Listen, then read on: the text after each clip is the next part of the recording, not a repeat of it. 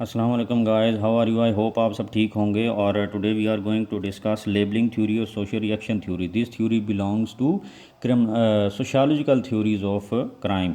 और ये क्रिमिनोलॉजी का एक इम्पॉर्टेंट टॉपिक है। और सोशियोलॉजिकल पर्सपेक्टिव जब हम क्राइम का देखेंगे तो उसके अंदर इस थ्योरी को बहुत ज़्यादा इंपॉर्टेंस हासिल है। और पेपर में अक्सर सोशियोलॉजिकल थ्योरीज ऑफ क्राइम में से ही कोई ना कोई थ्योरी पूछ ली जाती है। तो बाकी थ्योरीज़ मैंने अपलोड की, ये लास्ट थ्योरी थी सोशियोलॉजिकल थ्योरीज ऑफ क्राइम में जो सिलेबस के अंदर है, तो उनको भी पढ़ने के लिए समझने के लिए मेरे चैनल को सब्सक्राइब कर दें।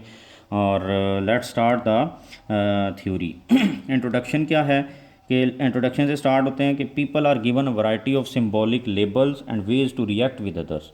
कि लोगों की को डिफरेंट लेबल्स लगा दिए जाते हैं। किस तरह कि हम अपनी सोसाइटी के अंदर जब इस चीज़ को एनालाइज करते हैं तो देखते हैं कि फॉर एग्जांपल हमारी सोसाइटी में किसी को कहा जाता है जूठा, या ये बड़ा सच्चा बंदा है, या किसी को कह दिया कि ये जो है वो चोर है, ये डाकू है, या किसी को कह दिया कि ये मर्डरर है। तो इस तरीके के लेबल्स लोगों को उनके डिफरेंट ट्रेड्स या करेक्टर की वजह से लगा दिए जाते हैं।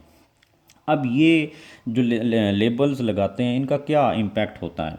These labels represent behaviour and attitude characteristics. वो कहता है कि ये जो लेबल्स है ना, ये लोगों के किरदार को फिर रिप्रेजेंट करते हैं कि ये किस तरह का बंदा है, ये किस तरीके का इसकी ज़िंदगी है, ये किस तरीके से रिएक्ट करता है।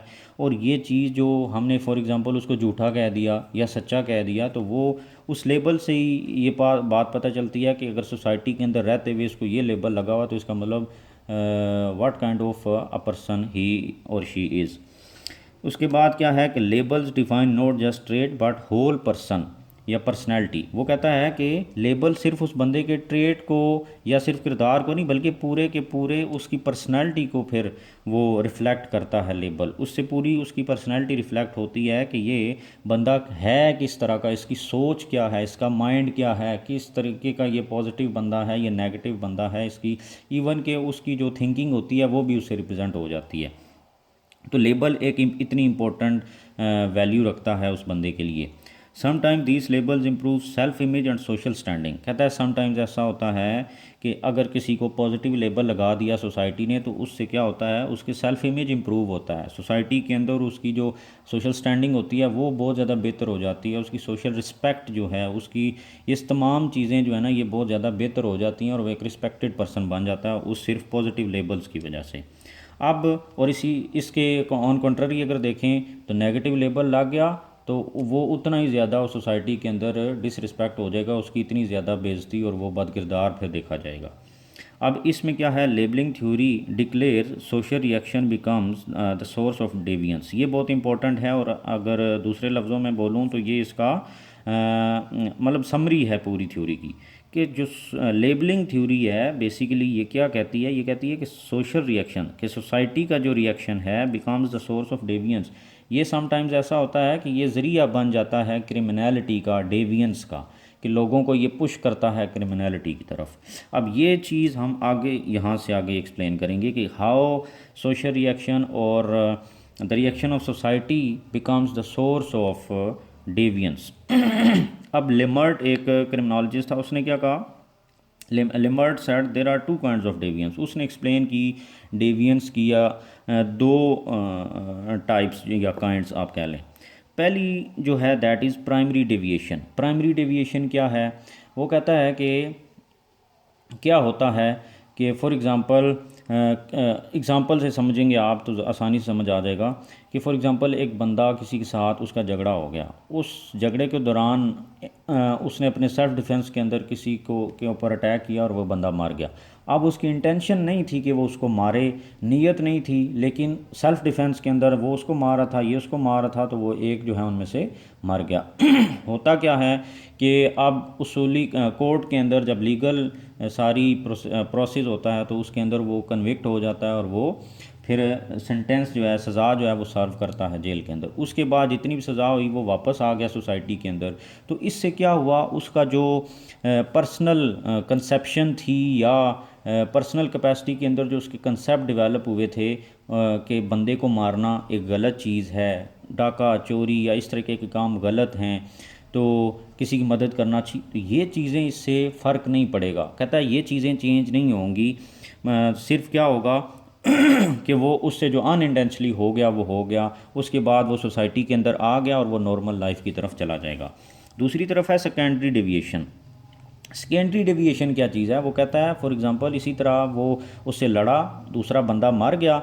अब जब दूसरा बंदा मर गया तो उससे क्या होगा कि वो सेंटेंस सर्व करने के बाद जब वो सोसाइटी में वापस आएगा तो इस सेकेंडरी डेविएशन के अंदर क्या होता है कि लोग उसको ना लेबल लगाना शुरू कर देते हैं कि ये है ही किलर है ये मर्डरर है, ये बंदे मारता है, ये इस तरह का जहन्नमी बंदा है, ये है वो है।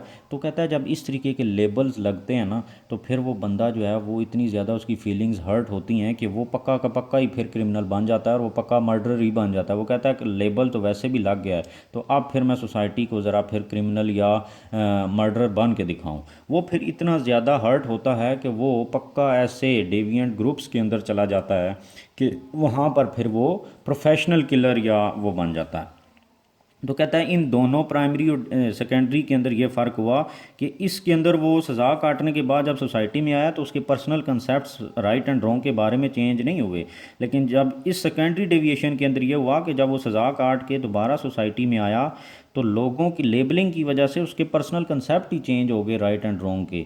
अब वो बंदा मारने को गलत नहीं समझता, अब वो सोसाइटी ने इतना नेगेटिव रोल प्ले किया कि उसके कंसेप्ट ही चेंज कर दी और उसने कहा कि सोसाइटी तो इतना नेगेटिवली रोल प्ले कर रही है और मुझे इसने पक्का ही कातिल बना दिया है, तो अब मैं फिर पक्का ही कातिल हूँ, फिर बंदा मारना अब उसके लिए गलत नहीं रहा, अब वो ठीक समझता है उसको।